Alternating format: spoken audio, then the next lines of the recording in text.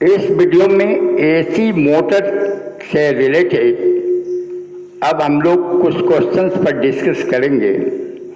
पहला क्वेश्चन है कि घूर्णन गति के आधार पर कितने प्रकार के मोटर्स होते हैं। तो इसके आंसर में है कि 3 प्रकार के मोटर्स होते हैं। पहला है कांस्टेंट स्पीड मोटर, दूसरा है वेरिएबल स्पीड मोटर, तीसरा है एडजस्टेबल स्पीड मोटर। अब कांस्टेंट स्पीड मोटर कौन कौन सी होती है? तो सिंक्रोनस मोटर है एंड रिपल्सन इंडक्शन मोटर होता है। अब वेरिएबल स्पीड मोटर कौन कौन सी है? तो universal motor, repulsion start motor, single phase slip ring induction motor. क्या कैपेसिटर इंडक्शन मोटर को समायोजनीय गति मोटर के रूप में प्रयोग किया जाता है? जी हाँ। इसके लिए मोटर की स्टेटर वाइंडिंग में से 3-4 टेपिंग्स निकाली जाती है, जिन्हें गति परिवर्तक स्विच के द्वारा आवश्यकता अनुसार संयोजित किया जाता है। इंडक्शन मोटर्स की गति कैसे कंट्रोल की जाती है?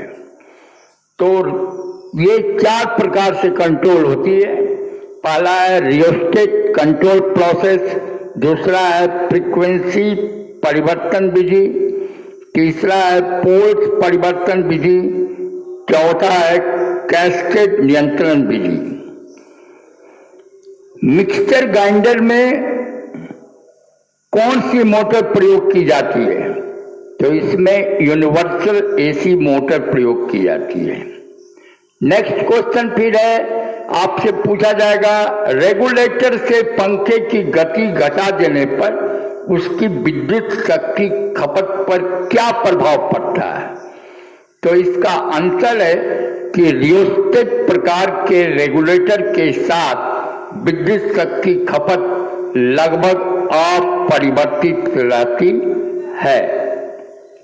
फिर नेक्स्ट क्वेश्चन है, क्या कैपेसिटर इंडक्शन मोटर को समायोजनीय गति मोटर के रूप में प्रयोग किया जाता है? तो क्या इसके लिए मोटर की स्टेटर वाइंडिंग में 3-4 टेपिंग्स निकाली जाती है, जिन्हें गति परिवर्तक स्विच के द्वारा आवश्यकता अनुसार संयोजित किया जाता है। एसी मोटर्स में गति नियंत्रण की फोर्स परिवर्तन विधि क्या है? तो इसके आंसर में आपको ये लिखना है, एसी मोटर की घूर्णन गति पोल संख्या के व्युत्क्रमानुपाती होती है। अतः स्क्वायरल केज इंडक्शन मोटर्स में पोल्स की संख्या भिन्न भिन्न रखकर भिन्न भिन्न घूर्णन गति वाली मोटर्स बनाई जा सकती है।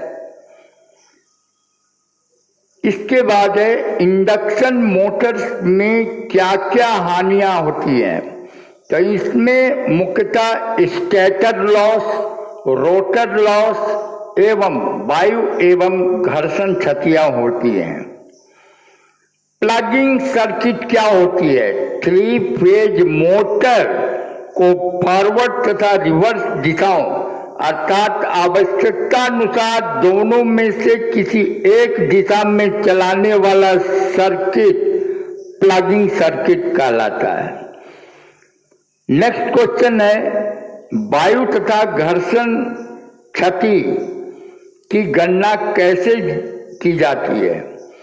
तो वायु तथा घर्षण क्षति बराबर आप लिखेंगे, ये वाट्स में हम लोग कैलकुलेट करते हैं। तो वायु तथा घर्षण क्षति जो वाट्स में कैलकुलेट करते हैं वो होता है कुल उत्पन्न टॉर्क माइनस रोटर का आउटपुट। कुल उत्पन्न टॉर्क भी वाट में होगा और रोटर का आउटपुट भी वाट में होगा। ठीक है। प्लगिंग सर्किट कितने प्रकार के होते हैं? तो यह 2 प्रकार के होते हैं, फॉरवर्ड और reverse circuit, forward reverse circuit.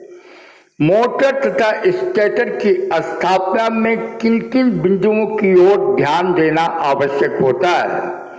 तो इस कार्य के लिए निम्न बिंदुओं की ओर ध्यान देना आवश्यक होता है।